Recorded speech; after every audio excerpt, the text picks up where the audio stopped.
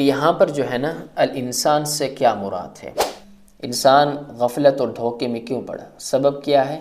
وہ مالک ہے نا، وہ بادشاہ ہے نا، کہ ایک شخص نے اپنی بیوی سے کہا کہ اگر تو چاند سے زیادہ خوبصورت نہیں ہے تو تجھے طلاق۔ امام اعظم ابو حنیفہ رحمۃ اللہ علیہ کے ایک شاگرد تھے، انہوں نے یہ سنا مسئلہ تو انہوں نے کہا طلاق واقع نہیں ہوئی۔ کیوں؟ اس کی وجہ کیا ہے؟ وجہ یہ ہے اللہ کی ان لوگوں کی کیٹیگریوں میں سے نکل گئے تو بہرحال فیصلہ ہو چکا ہے۔ نحمدہ ونصلی علی رسولہ الکریم، اما بعد فاعوذ باللہ من الشیطان الرجیم، بسم اللہ الرحمن الرحیم۔ آج ایک بار پھر تفسیر کے لیکچر میں آپ سے ملاقات ہو رہی ہے۔ امید ہے کہ آپ صحت و سلامتی کے ساتھ ایمان کی بہترین حالت پر ہوں گے۔ آج ہم سورۃ الانفطار کا جو دوسرا لیکچر تھا وہ ہم نے پڑھنا تھا، تو اس کو ہم سٹارٹ کرتے ہیں۔ آپ اگر ہمارے اس چینل پر نئے ہیں تو چینل کو سبسکرائب کر دیا کریں اور قادری اکیڈمی کو سپورٹ کرتے رہا کریں، دوسرے لوگوں تک بھی اس کو شیئر کرتے رہا کریں تاکہ اور لوگوں کا بھی اس سے فائدہ پہنچے ان کو۔ بس مزید تمہید ہم نہیں باندھتے، اپنا لیکچر سٹارٹ کرتے ہیں۔ اعوذ باللہ من الشیطان الرجیم، بسم اللہ الرحمن الرحیم۔ یا ایہا الانسان ما غرک بربک الکریم الذی خلقک فسواک فعدلک فی ای صورت ما شاء رکبک۔ صدق اللہ العظیم۔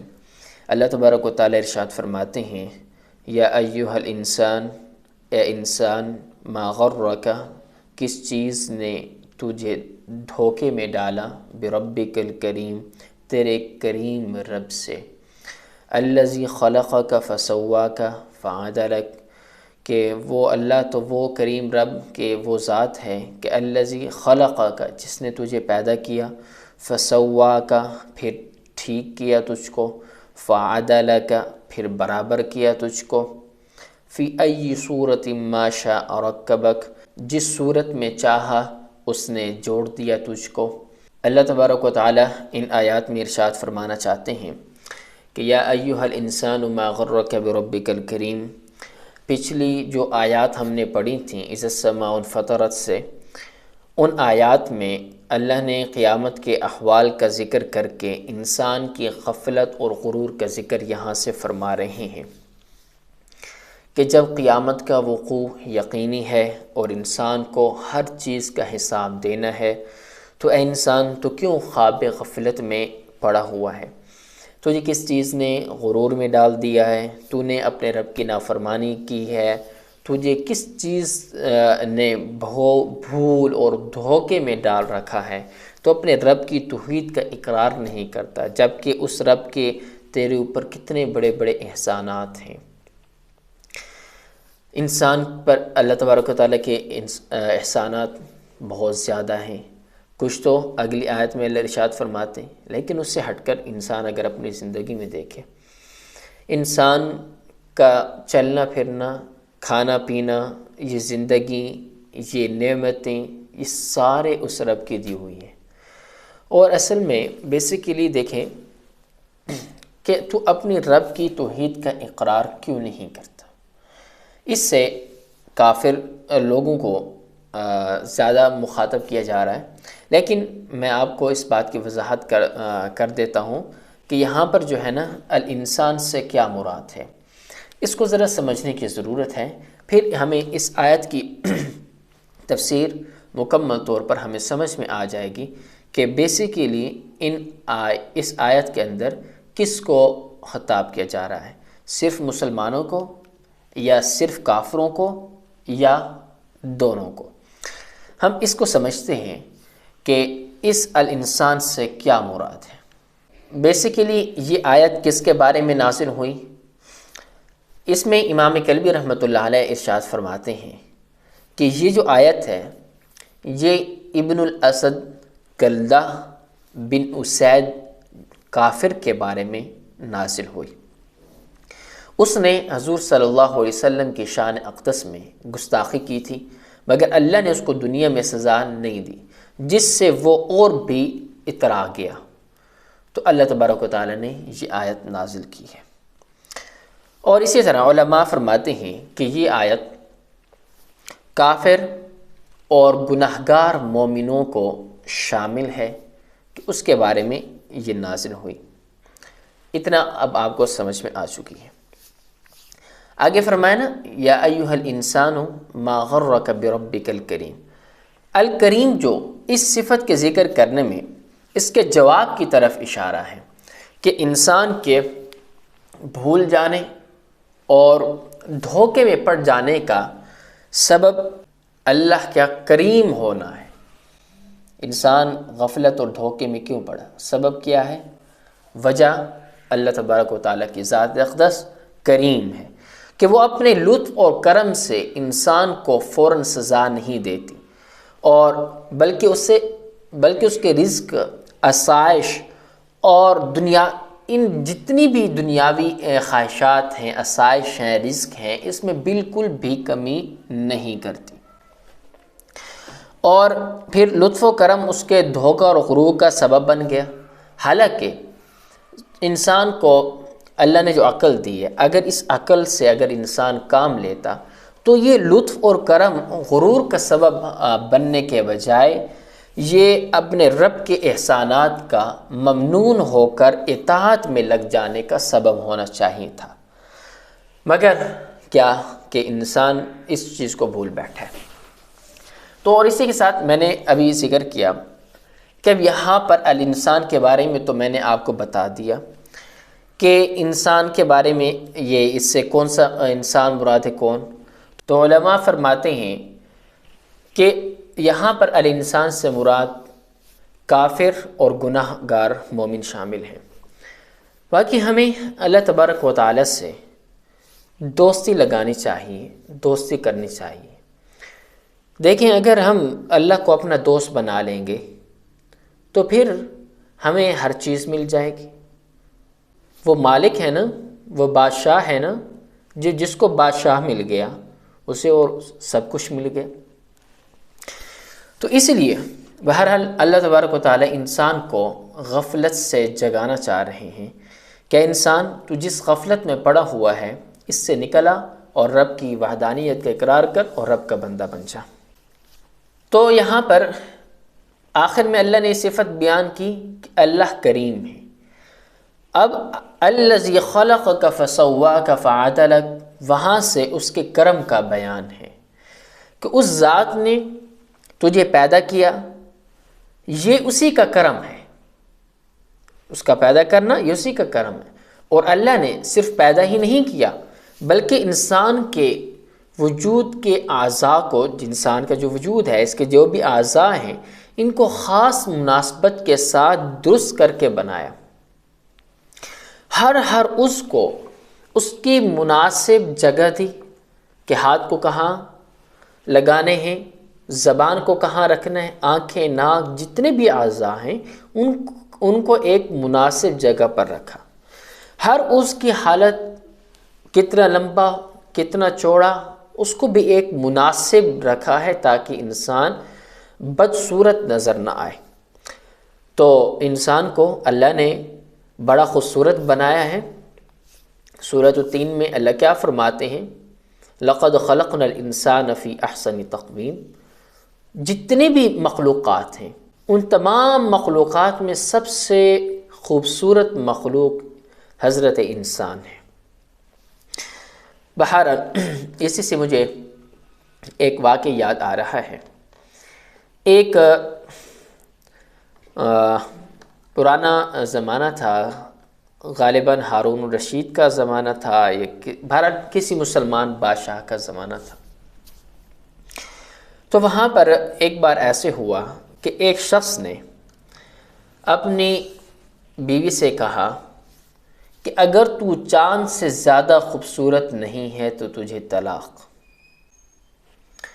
اس نے کہہ دیا، پھر پریشان ہو گیا، بادشاہ کے پاس آیا، مسئلہ رکھا کہ میں نے یوں کہہ دیا۔ تو پھر بادشاہ نے علماء کرام کو جمع کیا اور علماء کرام آئے اور اکثر علماء نے کہا کہ طلاق واقع ہو چکی ہے۔ لیکن وہیں پر امام اعظم ابو حنیفہ رحمۃ اللہ علیہ کے ایک شاگرد تھے، انہوں نے یہ سنا مسئلہ تو انہوں نے کہا طلاق واقع نہیں ہوئی۔ سارے علماء ان کی طرف دیکھیں، پریشان ہوئے، حیرت کی نگاہوں سے دیکھنے لگے کہ یہ کیا فرما رہے ہیں۔ تو پھر فرمایا کہ طلاق واقع نہیں ہوئی۔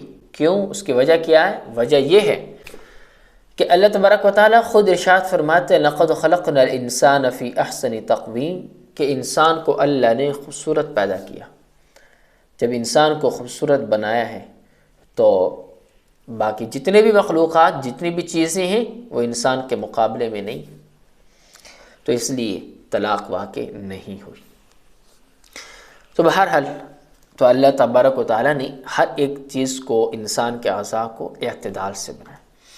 پھر یہیں پر بس نہیں، آگے فرمایا فَعَدَلَكَ، مقصد یہ ہے کہ اللہ نے انسان کو پیدا فرمایا، اس کے اعضاء کو مناسب بنایا، پھر اس کے مزاج میں بھی اعتدال رکھا ہے، ہر اس کی بناوٹ میں بھی اس کے مزاج کا لحاظ رکھا گیا کہ جس کو وہ گرمی کی ضرورت، اس کو گرمی کی ضرورت تھی اس کو گرم بنایا، اور جس میں رطوبت کی ضرورت تھی اس میں رطوبت رکھ دی۔ بہرحال اعتدال بھی انسان کی طبیعت میں اللہ تبارک و تعالیٰ نے رکھ دیا ہے۔ ہمارے جتنے بھی باڈی کے اعضاء ہیں، اب دیکھیں پاؤں، ہاتھ، ٹانگیں سخت جان ہوتی ہیں، جو ہمارا یہ والا حصہ ہے باڈی کا فرنٹ والا، چیسٹ ہو گئی، تو یہاں پر نرم بہت اللہ نے قیمتی اعضاء رکھے ہیں، اندر دل رکھا ہے بڑا نازک ہے، اور بھی سارا یہ باڈی کا حصہ بڑا نرم ہوتا ہے۔ دماغ ہے، اب دماغ کو اللہ نے کہاں رکھا ہے؟ دیکھیں ذرا، ہڈیوں کے اندر رکھا ہے۔ اب وہیں پر اس کو رکھنے کی ضرورت تھی، دل کو یہاں رکھا، یہاں پر اس کو رکھنے کی ضرورت تھی، کیونکہ دیکھیں ہم پاؤں سے چلتے ہیں، ہماری ٹانگیں سخت ہیں، ہم ٹانگوں والی ہڈیاں سخت ہوتی ہیں تاکہ انسان چلنے میں اسے دشواری نہ آئے، صحیح طریقے سے چل سکے، کام کر سکے، ہاتھوں کو بھی۔ اب جتنی ٹھنڈ یا ہمیں لگتی ہے وہ ہمارے سینے پہ لگتی ہے، ہمارے اس فرنٹ والے حصے پہ لگتی ہے، ہماری ٹانگیں ٹھنڈ برداشت کر لیتی ہیں۔ اسی طریقے سے بہرحال بہت ساری سائنسی باتیں آ جاتی ہیں، اس میں طب کے حوالے سے باتیں آ جاتی ہیں۔ کہنے کا مقصد یہ ہے کہ اللہ نے انسان کے اعضاء میں اعتدال بھی رکھا، اور پھر یہیں پر بس نہیں کی، آگے فرمایا فی ای صورت ما شاء رکبک، کہ تخلیق اور تسویہ اور تعدیل، کہ پیدا کرنا، برابر کرنا، اور پھر ان میں اعتدال رکھنے کے بعد جب شکل و صورت بنانے کا وقت آیا، اللہ نے جس طرح چاہا اس کی صورت بنا دی، کسی کو مرد بنایا، کسی کو عورت بنایا، کسی کو حسین اور جمیل بنایا تو کسی کو قبیح شکل بنایا، کسی کو حبشی بنایا، کسی کی رنگت کو گندم کو سفیدی کی طرف مائل کر دیا، کسی کو گندم کو سیاہی کی طرف مائل کر دیا۔ تو یہ اللہ تبارک و تعالیٰ کی ذات کی ایک حسین تخلیق ہے کہ اللہ نے انسان کو ایک حسین بنایا اور اس کی شکل و صورت میں جیسے چاہا اس نے بنا دیا۔ کسی کو موٹا، کسی کو پتلا بنایا، کسی کے ہاتھ موٹے بنائے، کسی کے ہاتھ پتلے بنائے۔ بھارت بہت سارے، آپ پوری دنیا کے انسانوں کو وزٹ کر سکتے ہیں، انڈونیشیا کے مسلمانوں کو دیکھ لیں، ہمارے پاک و ہند بر صغیر کے مسلمانوں کو دیکھیں، یورپین کنٹریز کے ممالک کو دیکھیں، وہاں کے علاقوں کے لوگوں کو دیکھیں، یہاں کے علاقوں کے لوگوں کو دیکھیں۔ تو بہرحال فی ای صورت ما شاء رکبک، جس صورت میں چاہا اس رب نے بنا دیا۔ لیکن کہنے کا مقصد یہ ہے، اب ایسی قدیر اور کریم ذات کی قدرت اور کرم کا تقاضا کیا تھا؟ اس کا تقاضا یہ تھا کہ انسان اس کے توحید کا اقرار کرتا اور احکام کی فرما برداری کرتا، لیکن انسان اس کا انکار کر کے بہت بڑے دھوکے میں ہے۔ انسان نے رب کی توحید کا اقرار نہیں کیا، اس کے کرم کا تقاضا جو تھا اس پر اپنی زندگی کو نہیں ڈھالا۔ آپ اگر غور و فکر کریں، ہم اللہ کا شکر ادا کرتے ہیں، اللہ نے آپ کو ہمیں مسلمان پیدا کیا، مسلمان بنایا، مسلمانوں کے گھروں میں پیدا کیا۔ دنیا میں جتنی بھی آبادی ہے، تمام آبادی کا زیادہ حصہ ایسے انسانوں پر مشتمل ہے جو رب کی توحید کا اقرار نہیں کرتے، جو مسلمان نہیں ہیں۔ اس دور کے اندر، جس دور میں آپ اور میں جی رہے ہیں، اس زمانے میں صرف وہی برحق ہیں جو مسلمان ہیں۔ جو مسلمان نہیں ہیں وہ جنت میں داخل نہیں ہوں گے، چاہے وہ اپنے آپ کو حضرت عیسیٰ کا پیروکار مانیں کہیں، یا حضرت موسیٰ کا پیروکار کہیں یا مانیں۔ باقی مذاہب تو وہ سرے سے ہیں ہی نہیں، وہ تو ایک کتابی مذہب جو حضرت موسیٰ اور حضرت عیسیٰ کا تھا، تورات، انجیل، زبور والے تو آج کل پتہ نہیں ہیں ویسے کہ نہیں، بہرحال نہیں ہے۔ بہرحال زیادہ تورات اور انجیل وہ کتابی مذاہب تھے، آج ان کے ماننے والے بھی۔ اللہ تبارک و تعالیٰ نے حضرت عیسیٰ کی شریعت میں یہ بات بھی رکھی تھی کہ میں آپ کے بعد ایک نبی بھیجوں گا جس کا نام محمد ہوگا، آپ کے متبعین جو ہیں ان پر ایمان لانا ان کے لیے ضروری ہوگا۔ تو لہٰذا جو آپ کے متبعین میں سے آپ صلی اللہ علیہ وسلم کو نہیں مانیں گے، وہ میرے بندے، میرے قریبی بندوں میں سے ان کا شمار نہیں ہوگا۔ تو لہٰذا جن عیسائیوں نے، جن یہودیوں نے حضور صلی اللہ علیہ وسلم کو نہیں مانا، آپ پر ایمان نہیں لائے، تو وہ اللہ کے مقربین میں سے نہیں، اللہ کی ان لوگوں کی کیٹیگریوں میں سے نکل گئے جن کو اللہ نے جنت میں داخل کرنا ہے۔ تو بہرحال فیصلہ ہو چکا ہے۔ تو گویا کہ انہوں نے حضرت عیسیٰ اور حضرت موسیٰ کی شریعت پر بھی کامل ایمان نہیں لے کر آئے۔ تو اس لیے رب کے کرم کا تقاضا کیا تھا کہ ہم اس کی توحید کا اقرار کرتے، اس کے احکامات کی فرما برداری کرتے۔ لیکن آج ہم گناہگار مسلمان ہیں، ہم دھوکے میں پڑ چکے ہیں، ہمیں اس سے نکلنا ہوگا۔ اللہ رب العزت سے دعا ہے اللہ ہمیں صحیح طور پر سمجھنے کی بھی توفیق عطا فرمائے اور اس پر عمل کرنے کی توفیق عطا فرمائے۔ اسی کے ساتھ مجھے اجازت دیجیے اور انشاءاللہ نیکسٹ لیکچر میں آپ سے ایک بار پھر ملاقات ہوگی۔ بہت شکریہ۔ السلام علیکم ورحمۃ اللہ وبرکاتہ۔